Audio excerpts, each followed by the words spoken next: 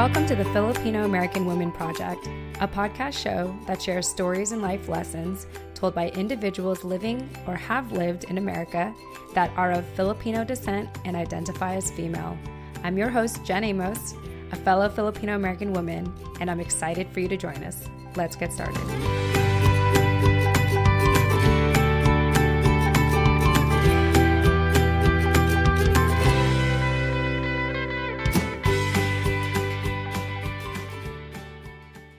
All right. Hello, everyone. Jen Amos here, your producer and host for the Filipino American Women Project podcast show.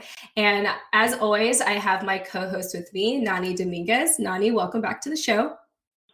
Hello, everybody. Welcome back. And we are excited because we get to interview cultural bearer, liberation educator, and creator, JL Umipig. JL, welcome to the show. Hi, how are you doing? Fantastic in this fine Saturday morning. I'll have to be honest with all of you though. Like I slept at like at 5 o'clock last night in the morning. I was in this super creative mode, and I felt like it was still daytime, and so I was just working for hours, and then I was like, oh crap, it's 5 and I have to wake up in like 5 hours. so that's part of why I was checking in with you, Nani. I was like, are you okay? Because I'm not okay. And you got 3 hours on me. Yeah, I know. You would think. But anyway, no, I am here, and both of you are my caffeine for this morning. So I actually feel wide awake again, and I'm just really excited to dive into this interview. JL, before we really get started with talking about you, why don't you share how you heard about the project, and more importantly, why did you choose to be on the show with us today? Okay, so I actually heard about the show from being a part of a movement called Raise Pinay that is in relation to an organization in the Philippines called Roots of Health that works on reproductive health services and rights for Filipino women, particularly in Palawan. And your sister was one of the producers, the main producer for this generation, because we've been doing it for 3 generations, and every single year a new producer is added on who basically takes the reins of learning how to be in curation of the work that we do with Raise Pinay that's been going on since 2015. So Josephine was a part of that, and then she had mentioned to me that you were looking to interview some of the women from Raise Pinay, and actually told me that we were going to get interviewed possibly during the show time, like during our reception or something like that. But I actually had no time to do that. So it was nice when we reconnected, you know? Yeah, absolutely. And actually, I'm glad that you said that, because that day was kind of like, I kind of had it up to here with my mom on that day. Unfortunately, we were on this road trip for like an entire week together. And it was the first time in years that I had spent so much time with my mom. And when, like, don't get me wrong, like the Raise Pinay experience for me was like amazing and empowering and inspiring. And I cried, and it was just great overall. But my mom, she was the entire time, you know, the way that she processes and captures her experience is a little different than mine. Like I kind of process things like emotionally, but she likes to document everything through pictures and video recording. And you know, when you're watching Raise Pinay, it's like you want to be really present there. At least that's how I felt. And so I was kind of like, you know, we went on this whole road trip of my mom already taking a million pictures, and then the time where I felt like she should have had her phone down and really be present with our sister, or with my sister, like she was doing the same thing as well. And so at the end of the production, my sister was like, okay, so the girls are, you know, I'm happy to bring them out and have them and you can interview them. And I just said to her, like, honestly, I'm not in the right headspace right now. Like, I want to be able to like interview them when I'm not like angry or have like mixed emotions. Like I had mixed emotions overall. Like I was already crying, I was laughing, I had all these emotions, and then I was mad at my mom. So I'm glad that you were so busy that you didn't even notice. Because I told myself, like, even after I left, I regretted it. I was like, man, I wish that I still did it anyway. But Oh. thanks to the help with Nani helping me with outreach, like it happened anyway. And so now here we have like each other's undivided attention to really feature your story. And I'm glad that it took till this point. Like I'm glad that I think it would have been very haphazard if we did it then and there. And Right. so, I'm glad things work out for a reason. Or everything works out for a reason, Always. I think. Yeah. So awesome. Well, I thank you for, having thought of me that day and wanting to do it. And anyway, here we are. So yay. So the Filipino American Women Project, when people ask us who we identify as Filipino American women, because it's interpreted in so many different ways depending on who you're talking to, scholars or people who don't know much like me.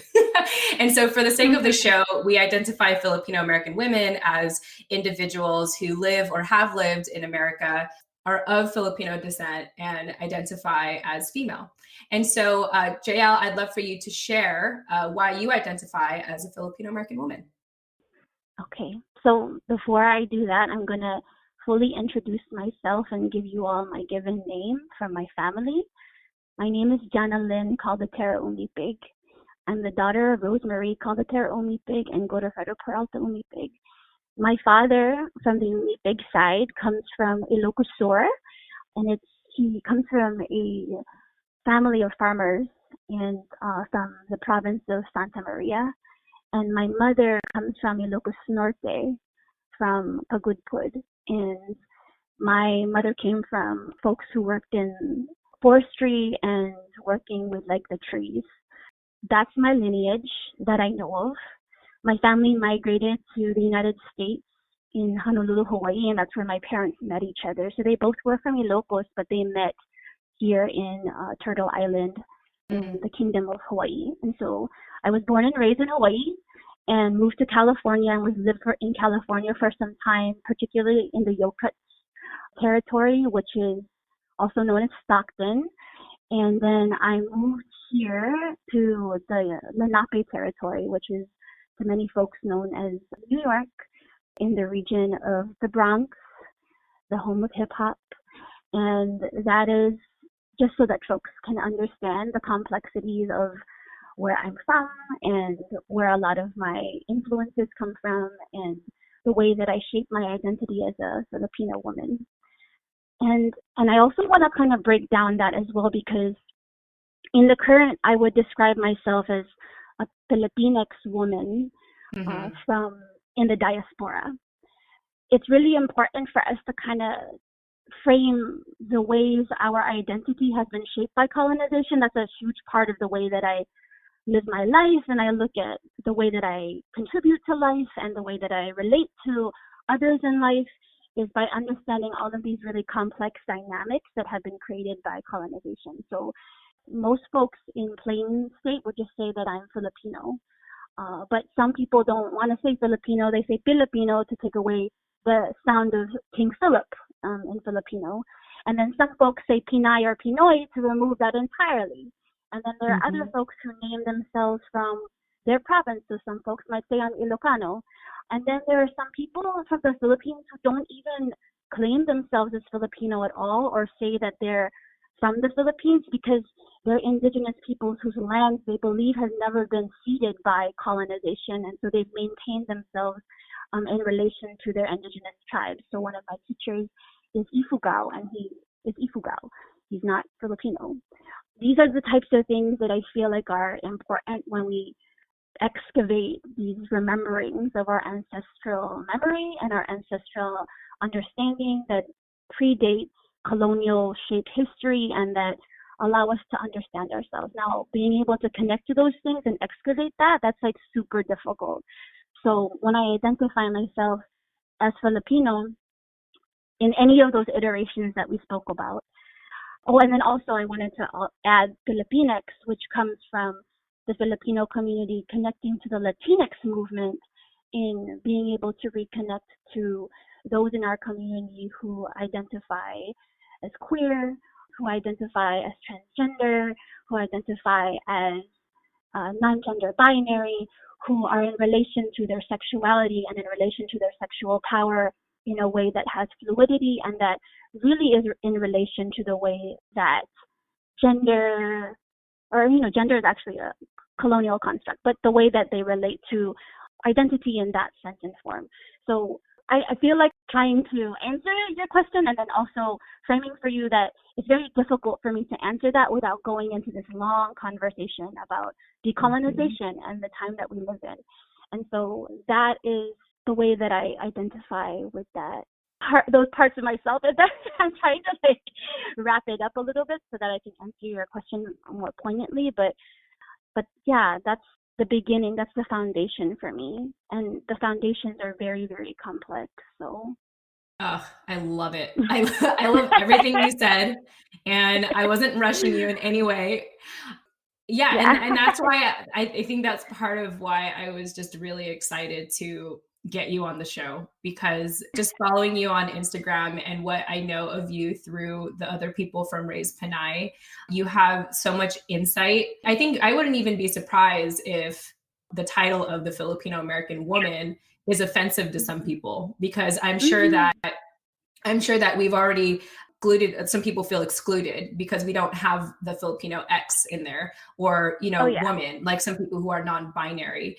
And so and part of why I had chose to go with this title is because when I created the project, that's what I knew of myself the best. Like, I knew that I was a Filipino American woman. I didn't put Filipino, I didn't put Filipina, because I identify, first of all, as an American that has Filipino descent, and I identify as a female. And so the project was really in hopes to connect with other people who identify to it, even ever so closely to it, to share their story, because I'm not here to stereotype anyone. This was really a kind of an outcry to connect with other Filipino American women who can give me their perspective, because a lot of my upbringing, most of the women, the female in my life, were very humble about their own stories, and they were just about being providers, the Maria Clara archetype that I know a lot more about nowadays because of the show. And so for me, it was really an exploratory thing. And so I love how much you know and how much you teach through your work and through social media. And I'm just glad that you shared all of that. And I would have kept listening if you had more to say. But the truth is that we need all the different platforms. So I do theater education. That's kind of my main mode of communication is through theater, but not truly anymore. It's just my life now. Just everything, every way that I speak and relate to folks it's all related. But we always talk about how important it is for us to make room for everyone's stories and for everyone to have a space in whatever perspective they have and whatever means they have to be able to communicate where they are coming from. I think a lot of the times, and this has actually been in my heart a lot, and I've been trying my best to move with it. I actually was speaking about this to my partner this morning. It's just sometimes I feel like there are parts of myself that want folks to just be there with me already and be completely aligned with my viewpoints of liberation and be totally there. But I have to remind myself that I've gone through my own journey to be able to get to these truths, and that we can't put ourselves in a position, even if we are born educators and truth tellers, and that's just how we stand, if that's how you identify yourself in any way, that when we begin to feel why aren't people just listening to what I'm saying? Why aren't people just getting it? Then that's when the ego comes into play. People have to come from their different walks of life to come to the same place of liberation and the same place of remembering that we belong to each other, which is a quote that comes from Mother Teresa.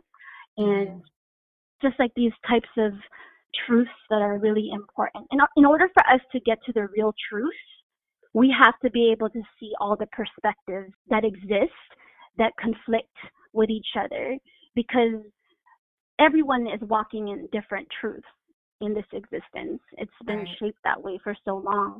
But there are some core relative truths that we all need to get back to, but we have to dismantle all of the things that colonization has shaped us around before we can get there. And that looks very different for every single person. Those layers look very, very different in texture and shape and structure.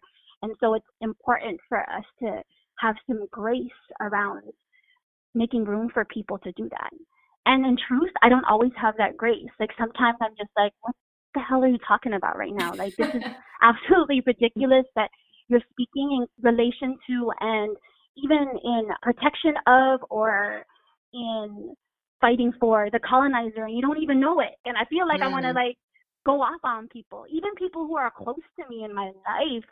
Sometimes I feel like I want to just go off on them to be like, yo, that's really capitalistic right now. Please don't talk to me about that. Or I have no room for that right now. It's not connected to the liberation movements that I'm living in. I can't invest in that with my energy or my presence. So that's on my mind and in my heart currently.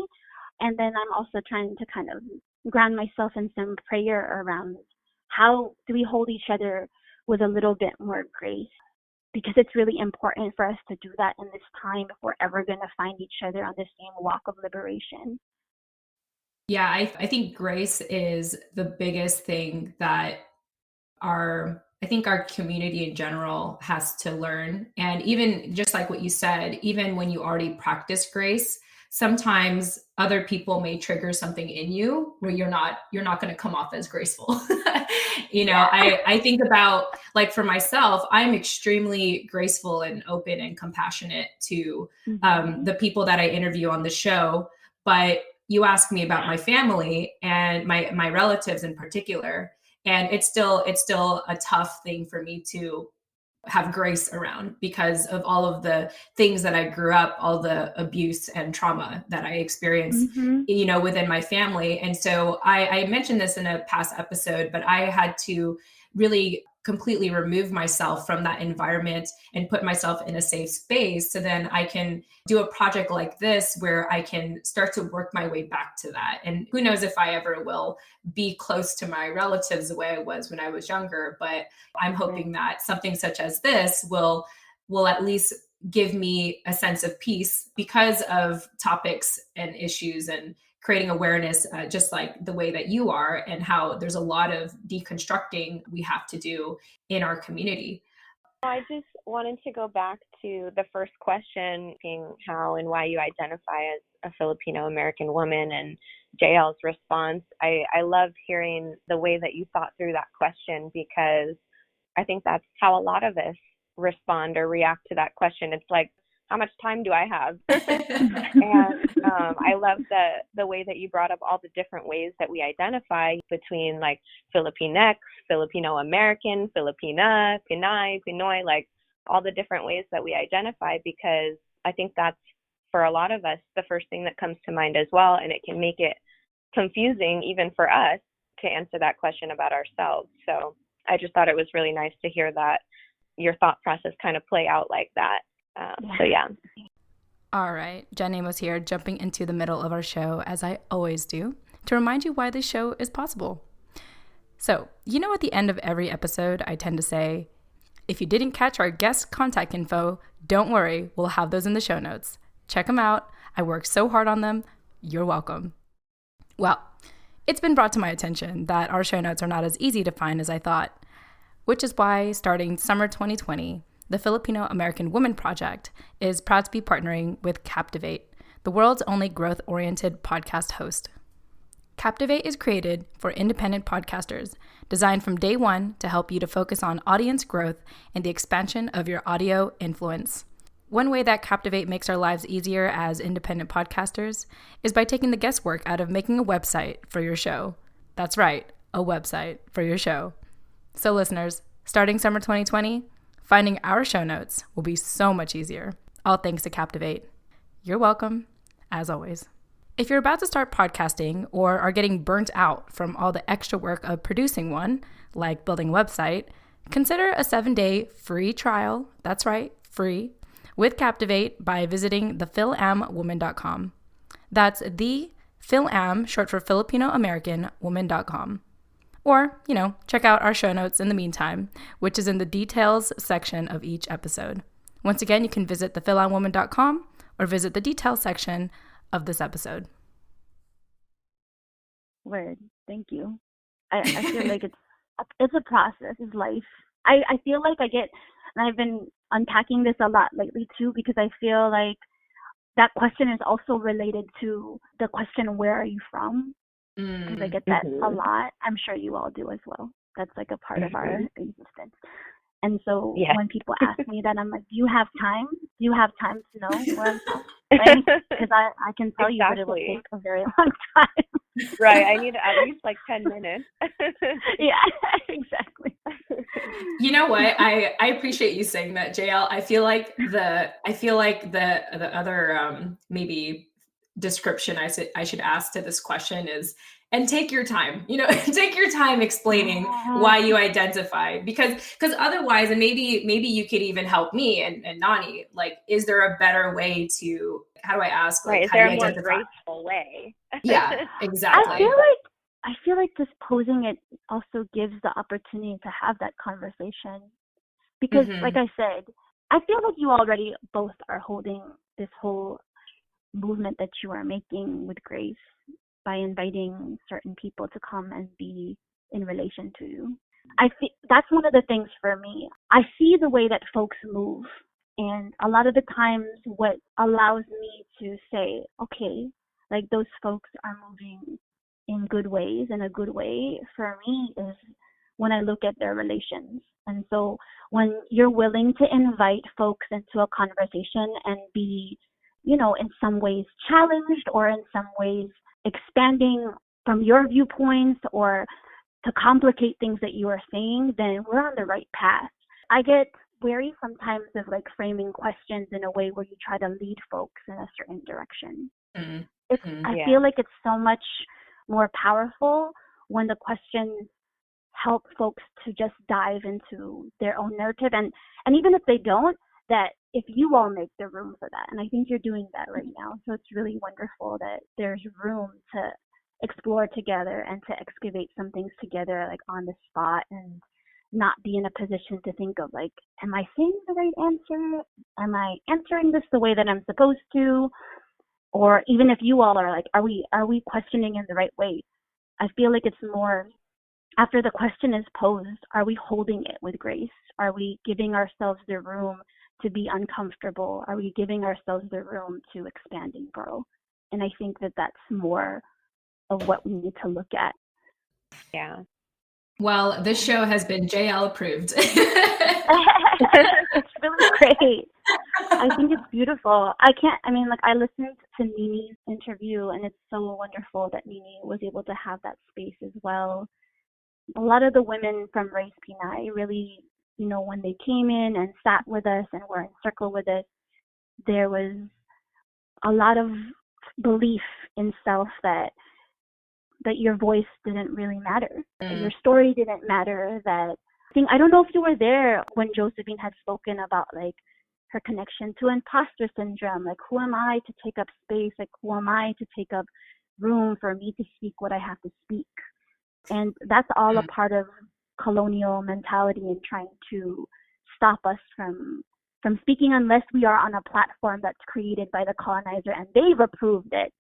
It's one thing if our community and the people that we see ourselves in are in approval, in a sense, right, of what we are moving with, and that they're supporting us and saying like we're doing good work together, versus like folks looking for celebrity or looking for platforms to say like, oh yeah, like I'm being approved by society, that what I'm saying and that my story counts and matters, or that I'm going to be the voice and representation of all these folks, which I feel like is another part of unpacking identity in this existence, that like unless you have a platform, then you don't have a voice. And I've been examining that a lot lately as well, especially because even like in connection, right, we were talking a little earlier about like the amount of followers that I have on Instagram. I want to be really clear to folks that like I'm not trying to gain followers like that. Every single person who has connected with me on social media in any way, it has been through relation, like just seeing ourselves in each other. It's not because like I've made the agenda of like I'm gonna like have mad followers because it's like what I have to say is most important.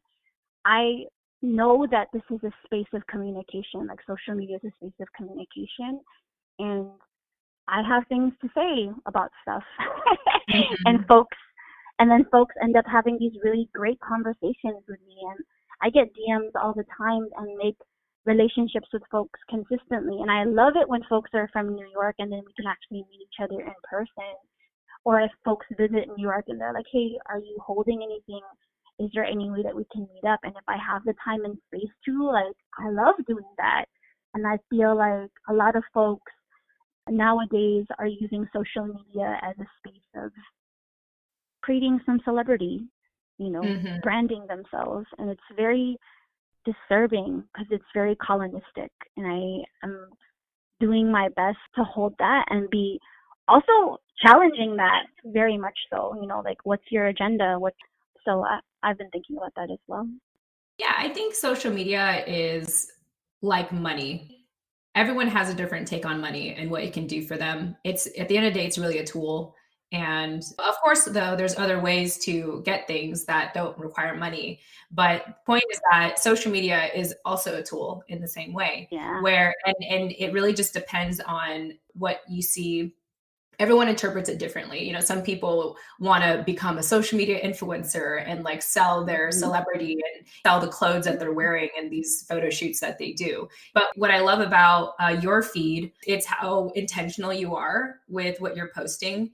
And I can tell that it's not like you're just posting to post. Like you're really introspective and very descriptive. And it just so happens that it resonates with so many people. And I think that's a beautiful thing when you are getting recognition for something that you weren't doing it for the recognition. You were doing it to really like learn about yourself, and you just so happen to put it out there for other people to benefit from. I think what you're doing is really beautiful. And before I even found you on Instagram, I already had this sense from you that you were very impactful to so many people, and you have this kind of aura that draws people to you. So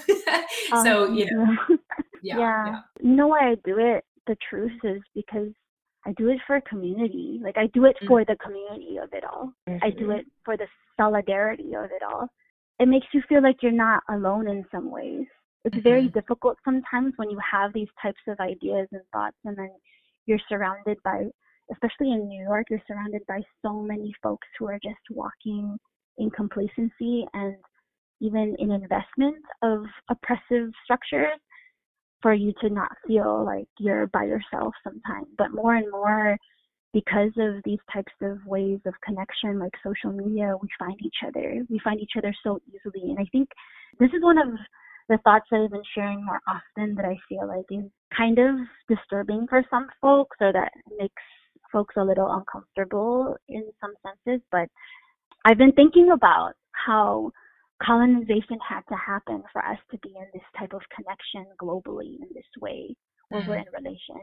So just as much as colonization has created so much destruction and genocide and all the different things that are very, very terrifying to think about in relation to human existence and the way that we relate to Mother Earth, it also has allowed us to connect with each other in a way that our pre-colonial ancestors weren't able to, where we can sit in circle with each other from different land origins of ancestry and talk about the intersections and the similarities and the commonalities and the connection, the interconnectedness that really exists between us all, and that has always existed between us all, that returns us really back to the earth and back to the land and back to the waters, and our duty to really protect that together and protect life together. And so my posting and my conversations online really have to do with that, is that I want to be in solidarity with folks, and I want us to be working toward the dismantling. I talk to my partner about this quite often, but our belief in our household is that decolonization is actually a time in the timeline of history, that we can think about the pre-colonial, and then we think about the colonial, and we think about neo-colonial times, we can also think about this time as a decolonial time. And that meaning that this is a time when we're in this intersection of us understanding we live in a colonized world, and at the same time, we know that colonization's really messed up and that it's doing things, and it has been doing things to divide us from each other, and that destroys the life and the world that is meant for us to live and exist in. That we're simultaneously contributing to the destruction of our land, but also figuring out in our lives and figuring out ways to dismantle that so that we can still exist and survive, and also create something different and better that won't be destructive anymore. So it's really like difficult because I feel like a lot of it is built off of reaction as opposed to us being really grounded in our relation to what our duties are in being in this existence. And so I think about all the things that are happening in the world and in the United States in Turtle Island right now, thinking about the Amazon and thinking about what that means. And so many people are reacting right now when in truth what we needed to be doing for a long time is being in relation to the way that we are connecting to corporations that seek to deforest and seek to build and extract from the earth in order to build up, a colonized capitalistic existence and an existence that is built on human supremacy. And I feel like that's like super important for us to really take a look at, as well as like we are doing all these things simultaneously, but how far are you willing to go with that? I believe in dismantling almost everything, to be honest. I know that that's not possible like right now. I know that's not possible right now, but somewhere inside my heart, I believe that the future generations are going to figure it out if we can begin where we are right now and save this earth. And that feels so cliche or feels like something that we've heard since elementary school, but we didn't understand it until now that like things are really fucked up. Sorry for my language. I don't know if this is okay for me. It's explicit. You're fine. Okay. Do you, girl? But I just feel like sometimes, and I tell my students this all the time with it, I'm like, they're like, it's okay for us to curse. I'm like, as long as it's purposeful and it's really that there's something behind it, I am okay with you. I'm not going to censor you, because sometimes we have to like throw an F-bomb because it's just that dire for us to communicate something. But yeah, so that's how I feel sometimes. It's like, how far are we willing to dismantle our lives? How much of our existence are we willing to give up, to be honest? And it doesn't have to happen immediately, because obviously we have to survive and we have to like live in this existence still. But eventually, let's hope that the future generations are going to have something better. I feel so devastated by what our young people are inheriting from us. Like, I feel the pain of what we've inherited from our parents, like kind of like not just in terms of like the earth itself and how the condition that they're handing it off to us, but also the condition of our spirit, like the spirit world and our connection to it, right? Like how you were saying, the relationship with your parents and your mom and all of that. Like, that's really important for us to take a look at as well, and for us to understand what are the young people inheriting of our traumas, and how do we set them up in a way for them to understand that we actually see our traumas now in this decolonial time. In a colonial time or a neo-colonial time that our parents may have lived, they weren't even able to see their trauma because they didn't have the tools in order to really examine that and hold that in a good way. But because we are in a decolonial existence right now, we have so many ways of dealing with our mental and spiritual health that our parents would never have been able to imagine. I hope that folks don't think that when I say like colonization was supposed to happen, that I'm like okay with like genocide and war and the destruction of the planet. Like, that's not what I mean. I just think that because it's that all that happened and we have all this connection, that there's an opportunity. Like, I have a feeling, and I was talking to someone about this the other day, that social media is about to like, my posts have been getting erased so much, y'all. Like, and not the pictures, but the text, right? Because sometimes I just put a picture up just so that folks will actually look at the text. Mm-hmm. But like my text has been getting erased from social media so much. Oh my and then I gosh. have to repost. And sometimes I haven't been able to keep a post up because of that. And so I've been figuring out how to like gather all of my writing from all these years into like a document that's hard copy for myself, so that I Yeah. can give it to my children later, because like I it's coming. They're starting to understand that colonization is starting to understand in their fight that we're using like all of these things that we've created, not just colonization has created, but we as human beings as creators have created, and we're using it for our liberation right now. But they're still in Mm-hmm. control of it, right? Right. Like social media is controlled by like let's talk about it. Like it's Yeah. controlled by corporations and by like folks who are colonistic minded and tied to capitalism in the worst ways.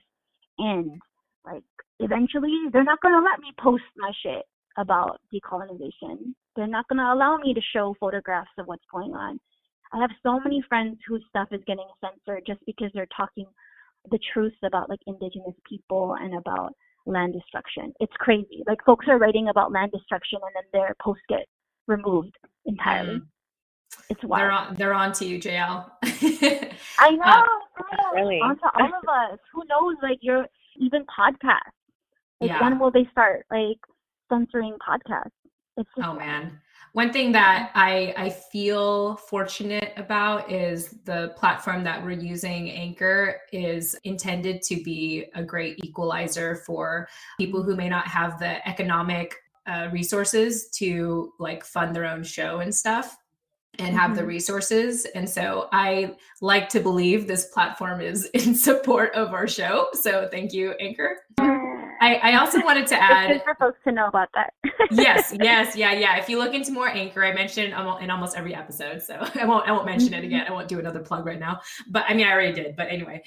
So one thing I think that's really interesting that you brought up, JL, because I remember there was a time, it was a couple of years ago, where it like blew up on the internet, but a woman was portraying art, or what is it? She had a picture of a girl, I think it was herself, and she was turned over in bed, but on the bed you can see that there was a blood leak, because she started having her period, and she posted this on Instagram, and Instagram deleted it, and she tried posting it again, and they deleted it, and she kept posting it again, and and then eventually I think her account was removed, and it just blew up on the internet about like, wow, like this is just awful, like how misogynistic they are and yada, yada, yada. But it's so crazy to hear that you're experiencing it, firsthand. And even though these platforms we're using are free, it does come at a cost. It's not really free. We're getting our stuff monitored, whether we like it or not. And there's some things like all the examples that you mentioned that they're a brand as well, and they want to be a profitable brand. And in their mind, they feel like, some things that you may be posting may be hurting their brand, unfortunately. And so it's awesome that you're finding a way to document it. I mean, thank God for like Instagram archives now, because that saved me a lot. I recently like deleted 1,000 photos in my personal Instagram account, like over 1,000, because I was like, I just moved to the East Coast, and I was like, I don't want my new friends to see all these pictures of my past. But Instagram archive like really helped me with that one because I didn't really delete it. It's all like saved somewhere now. So I have like a special place for my past life, I guess you can say. I can completely understand the difference of what we were talking about originally, how social media is being used more as like a currency now. I have 2 Instagram accounts. I have my personal Instagram, which I essentially haven't touched since I started doing all of this work on my blog Instagram, because the vibe is just so completely like 180 from each other.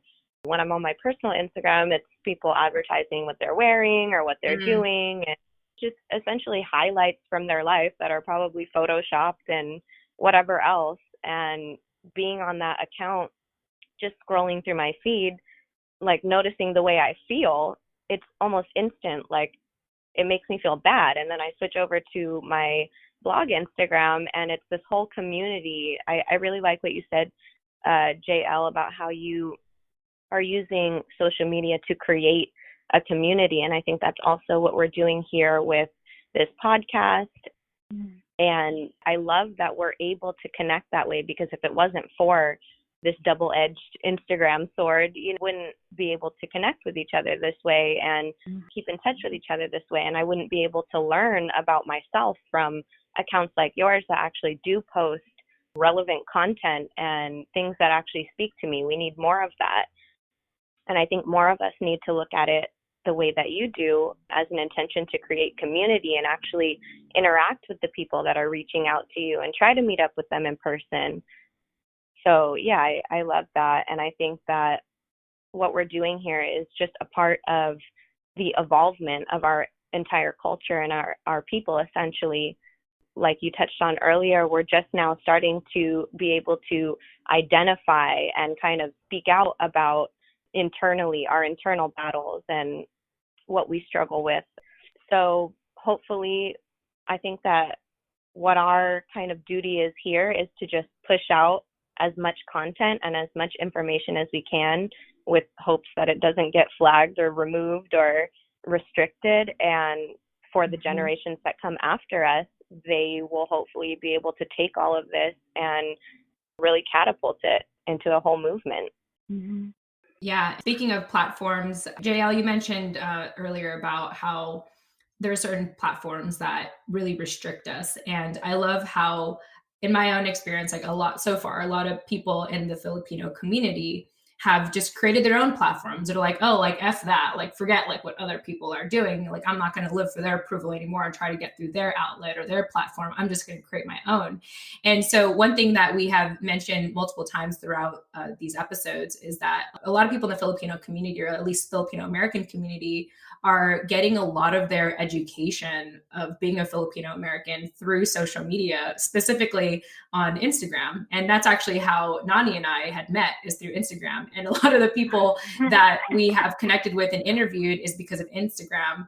And so I love that we figured it out anyway. You know, like there's this quote that had stuck with me when I felt like I was just a complete reject for a very long time in my life. But the quote said something like, every time I'm being rejected by something, I'm actually getting redirected to something better. And I felt like that's been my life, you know, and I think that's what this project is because in all the places where I did want to be myself and be curious and learn more, it led me to a place where I could finally really do that. And, you know, just like what Nani said, we're going to do this until something happens, you know, maybe if we get flagged, maybe whatever. But until then, the show goes on. And hopefully this will, you know, ripple to our listeners, and our listeners can tell other people, and we could really just deconstruct this whole thing that's going on right now. And the way that I also see it is we are in a generation of decolonization. I feel like we're also in a generation of celebration. We're at a place now where there's a lot of body acceptance and like acceptance of your sexuality and acceptance of, you know, who you are. And I think that's why there's so much more people in our community that are just putting themselves out there and sharing their story and being so raw and open, because I think we've got into a place where it's safe enough to do it now so that we could really start deconstructing all of this and find healing and focus on how can we create a better future for generations to come. Word. Yeah. And before I did want to ask, I was really interested in the tarot cards that you post on your Instagram.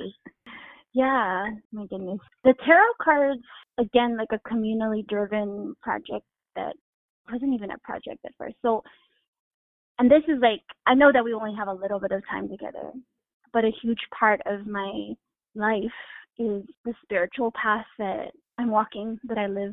And since I was a child, I've been very, very connected to spirit. And I say spirit in a very like generalized, loose term because there's so much complexity to that. If we can talk about the complexities of our earthly world, then we can also talk about the complexities of the spiritual world and the many ways that we enter and are in relation to it.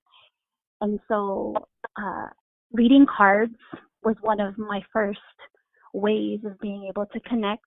When you're in the diaspora and you are starting to understand your spiritual relations and you're dismantling your relationships with colonial religion and you're understanding what the indigenous beliefs and practices were pre-colonial or even during colonization, and the people in your family that maintained some of those things and kept that in your life. When you're doing all those things in the diaspora, and in my case in the United States, you start to draw yourself to what is available to you from communities that have been able to maintain their relationship with practices and tools from where they're from. So tarot cards are from France and were used in Italy, and that's where it comes from. So tarot is not Filipino at all. Right. But there are a lot of Filipinos who do read cards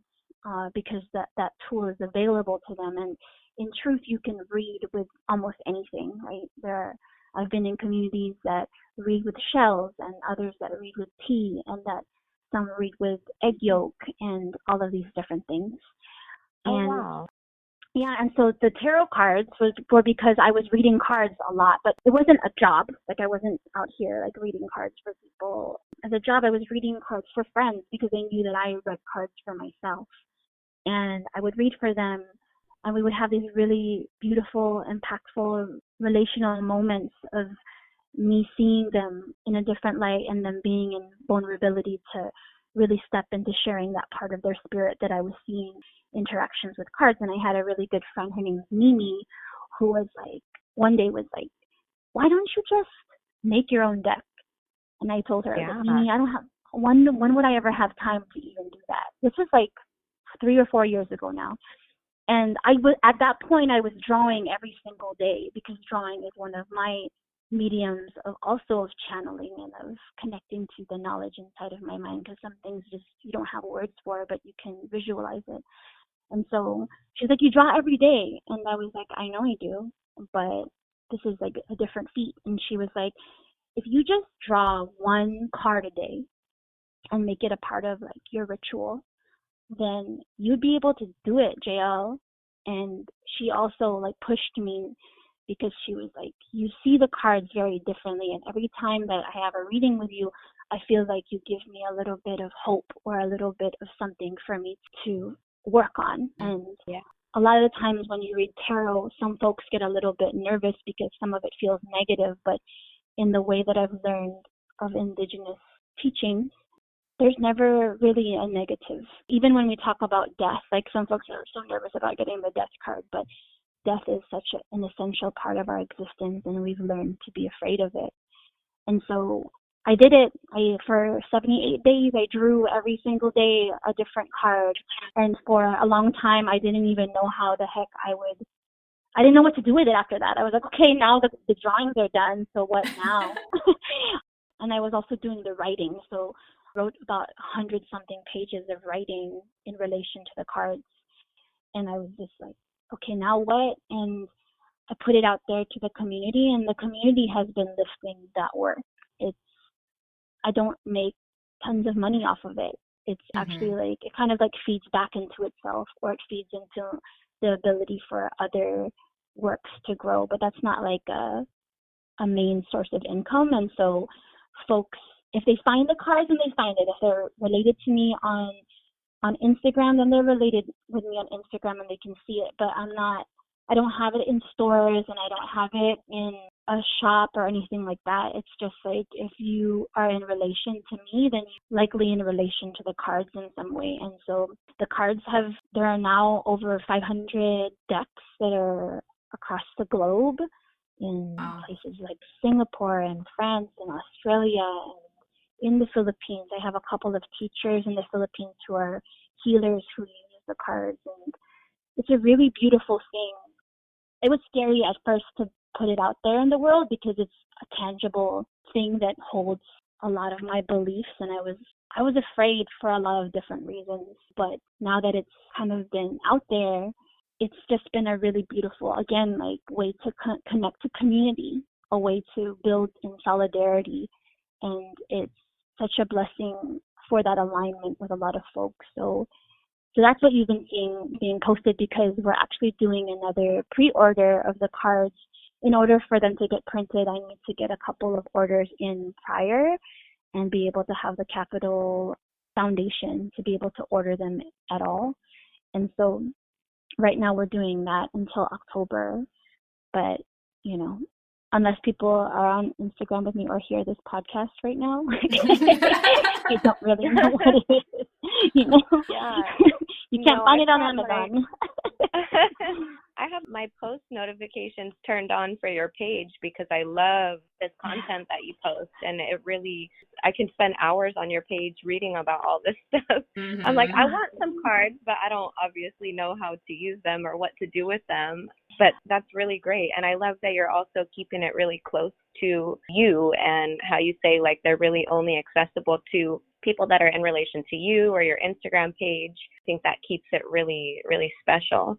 I'm sure that it won't stay that way forever, because I think that they'll become really popular over time. But yeah, I love this content. Like a lot of folks in our community, in the Filipino community, say that the deck is their first deck. Mm. And it's not because folks are learning how to read tarot, but like they're guidance cards. They're just kind of regrounding cards. So like I tell folks when they first receive them to just like pull one card a day and just, you know, and I do have writing that's attached to each card. However, I also try to direct folks with all of the images and the symbols that are there are really connected and aligned to the beliefs and connected to our pre-colonial ancestors in many ways, and also connected to just our ancestors and then also our future generations. And I want to just commend you for your courage to put your spirituality out there, because I think if there's anything that gets scrutinized first, it's spirituality in any form of it, any type of religion, any type of culture. And so for you to do that and to really put your heart out there and your spirit out there, like through these cards, it's a big deal. And I just wanted to acknowledge that and applaud you for that. And clearly there are people who are fascinated by it and want to, you know, get your cards and everything. So I just wanted to point that out. So with that said, I do want to shift gears and just discuss one final question. So the purpose of this project is to collect life lessons and stories told by people who identify as Filipino American women. The goal is to collect our first 365 stories so that we can publish a book that has all of those stories and life lessons that we can eventually go on a tour for. Like one of my big visions is to go on a tour for like the college campuses that are dense with Filipinos and really just share this to them. And so that's like the big goal for this project. So with that said, when I had asked you what life lesson you wanted to share today, you said that your life lesson is your life is sacred. It is prayer. It is ritual. It is ceremony. Honor it. I'd love to hear you elaborate more on that, and what aspect of your life, maybe a milestone or really just your entire life, like what led you to that life lesson that you wanted to share with us today? I'm getting a little emotional. Oh, yeah, I'm feeling the emotion of reflecting on that. It's really beautiful. Take your time. Yeah, I started out on my work of remembering myself through activism, and that was where it really began when I was in college, and continuing in that path of remembering myself and remembering my family and remembering the Philippines, and remembering, you know, the motherland in that way, and then in that way of seeing myself remember the sacredness, as I say here, in others, allowed me to really honor my life in a better way than I was taught to when I was younger, you know, by the existence that we live in. And I just, when I reflect on what has allowed me to feel this about my existence, and for me to be very in awareness of the way that I'm relating to folks, I just feel like I've been so blessed to have so many teachers who have invested in my existence in a good way. And the spiritual walk is the largest part of all of this, It's when I began to remember the indigenous.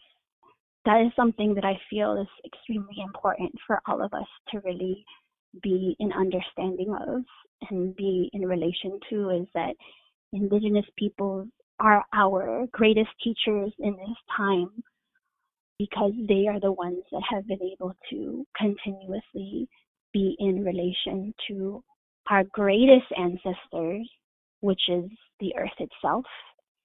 And when I was able to, and this has really been the past 10 years that I've been living on Lenape territory, that the pathways have opened up for me to arrive to many teachers from indigenous walks of life, and those other teachers who have been my peers in remembering our own sense of decolonization and indigeneity in some sense, being stripped from our motherlands for whatever reason it may be, and being dispersed into the diaspora in the way that we have.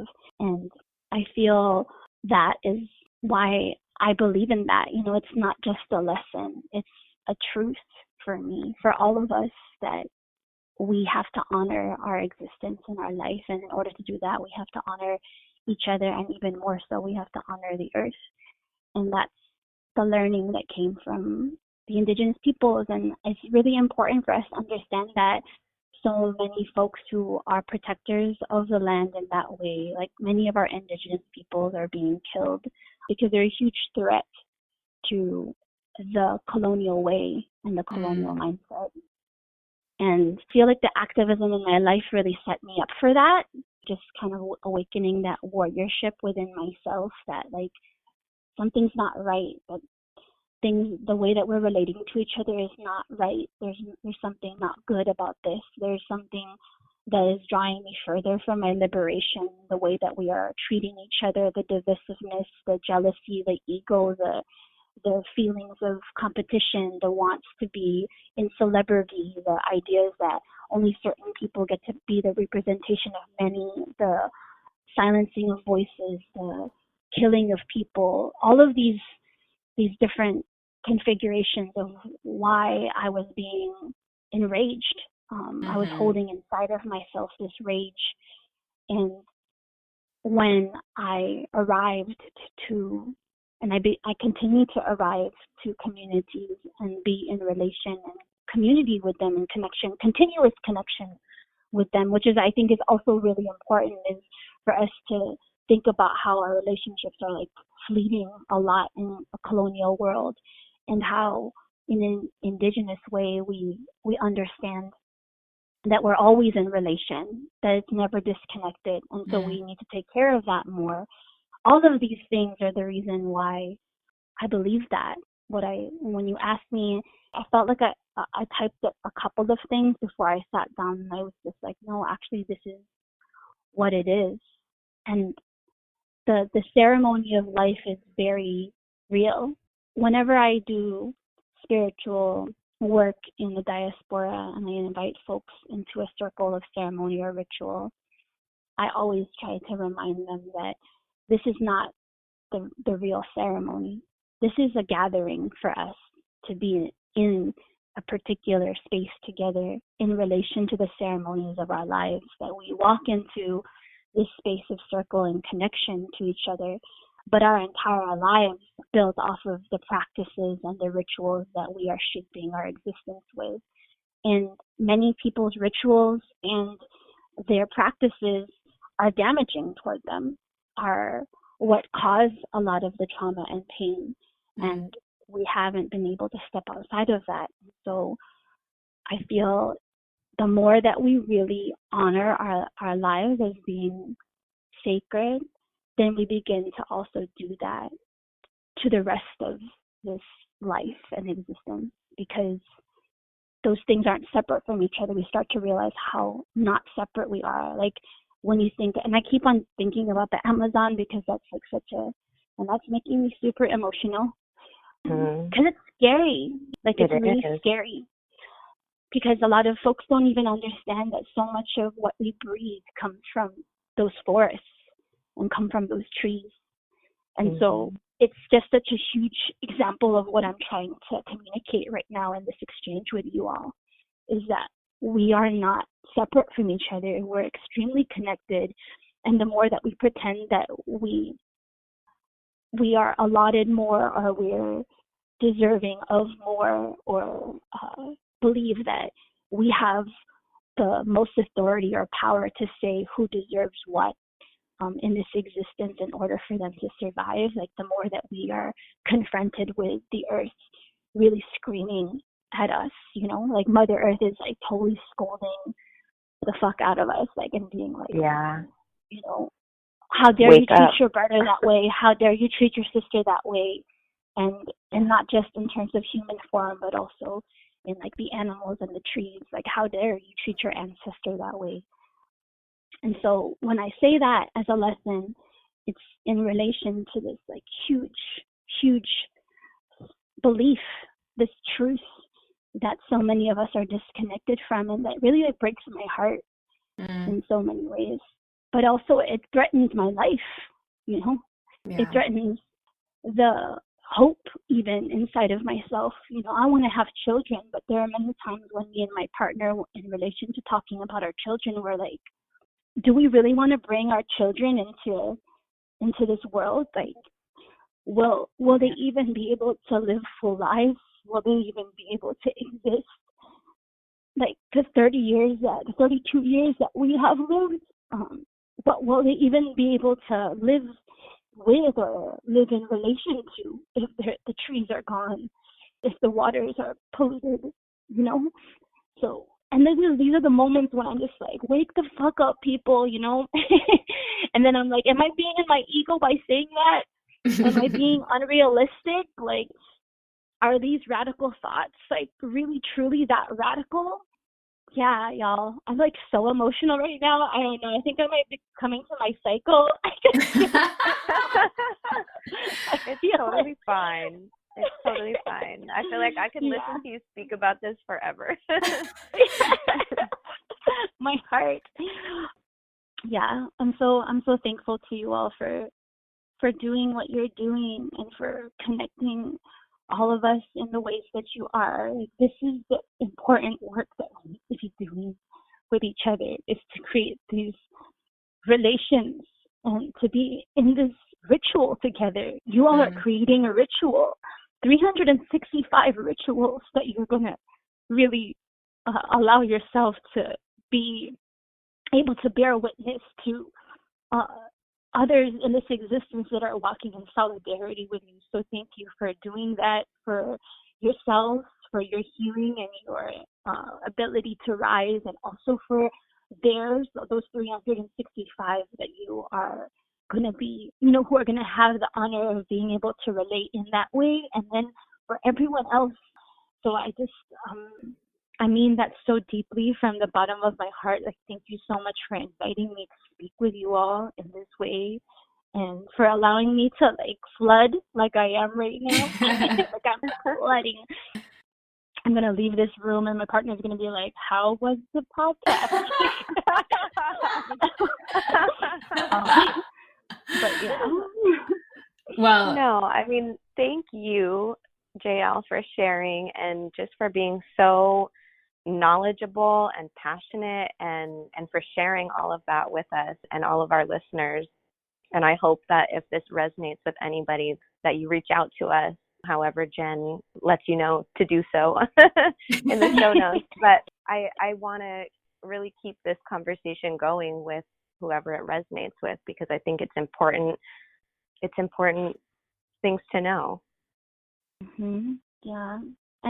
And really, I hope that we're now truly in awareness of our relation to each other, the three of us. And so I hope that we can extend that to a moment of, or moments of presence, like physical presence with each other. So I want to make that intention, because there's something really maybe about it'll that. be a good opportunity for Jen to come out and visit the Bay for the first time too. I know. She's never been. I know. It's happening, everyone. Listeners, it's happening. I'm going to the Bay Area. Yeah, please. Yeah. So if you're listening and you want me to go to the Bay Area, because most of our listeners are from there anyway, like let me know, and just share some recommendations with Nani as well. So because she's going to be my tour guide. It's going to be so exciting.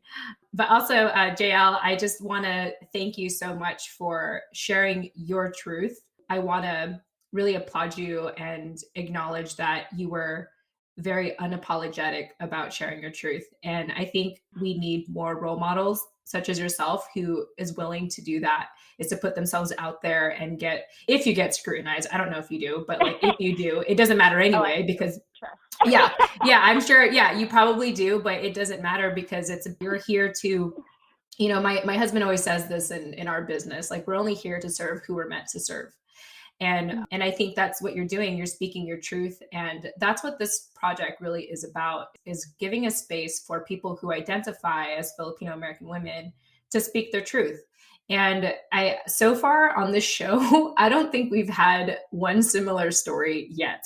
And I mean, maybe the similar story of like not feeling good enough. Like, yes, that's part of that's what we've inherited, but everyone's life is so completely different. And I think the one thing that everyone has in common on the show, other than the feeling of unworthiness, is the feeling of wanting to come together and wanting to celebrate our differences and our brokenness, and to just find healing together and solutions together to build a better future for not just us, but for generations to come. So, and the only way we're going to get to all these stories is if we have more people such as yourself willing to share your story. So I want to thank you for being a part of this. It wouldn't exist if you didn't share your story. You know, we wouldn't have this episode if you didn't share. So I want to thank you as well.